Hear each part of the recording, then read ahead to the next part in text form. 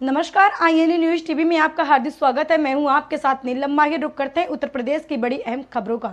संसद में केंद्रीय गृह मंत्री अमित शाह के द्वारा डॉक्टर अंबेडकर पर दिए गए बयान को लेकर शुरू हुआ विवाद थमने का नाम नहीं ले रहा है।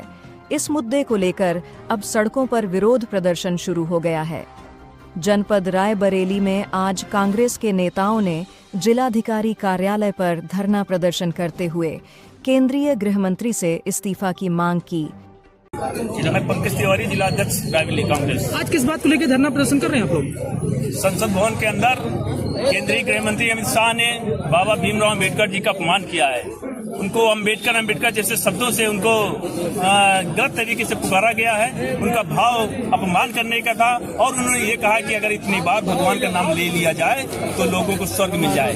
तो ये बाबा भीमराव अम्बेडकर जी का अपमान किया है। बाबा भीमराव अम्बेडकर जी देश के महापुरुष थे। उनका देश के प्रति योगदान है, महत्वपूर्ण योगदान है। उन्होंने देश को संविधान दिया, देश को कानून दिया और आज हम उनके रास्ते पर जब कांग्रेस पार्टी चल रही है, उनके बताए हुए रास्ते पर, उनके बताए हुए संविधान पर जब कांग्रेस पार्टी चल रही है तो भारतीय जनता पार्टी के नेता और उनके मंत्री लगातार उनका अपमान कर रहे हैं। ये अपमान कतई बर्दाश्त नहीं किया जाएगा।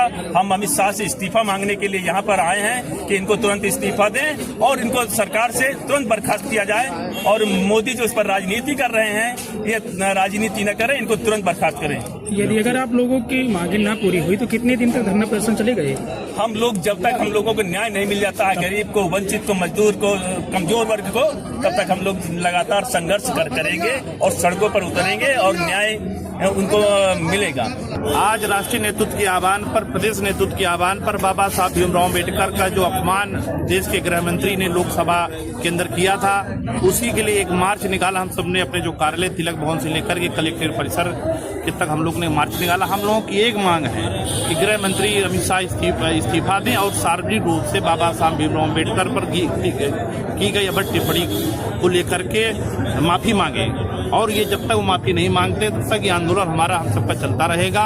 और इस देश को बचाने के लिए, बाबा साहब भीमराव अम्बेडकर के बनाए संविधान की रक्षा के लिए जननायक राहुल गांधी जी, हमारे लोकप्रिय सांसद, लगातार संघर्ष कर रहे हैं। और आम जनमानस में एक ऐसा संदेश चला गया कि भारतीय जनता पार्टी के जो नेता हैं लगातार बाबा साहब भीमराव अम्बेडकर का अपमान कर रहे हैं। उनको जो इन्होंने जो अपमान किया है, निश्चित तौर पर देश की जनता उन्हें माफ नहीं करेगी, क्योंकि 2027 का चुनाव उत्तर प्रदेश में आने वाला, इनको समझ में आएगा। आज तो मुख्य रूप से जो देश में भारतवर्ष की इस समय में सरकार है, भाजपा की या उत्तर प्रदेश में सरकार है, इन लोगों ने संविधान की धज्जियां उड़ा दिया है।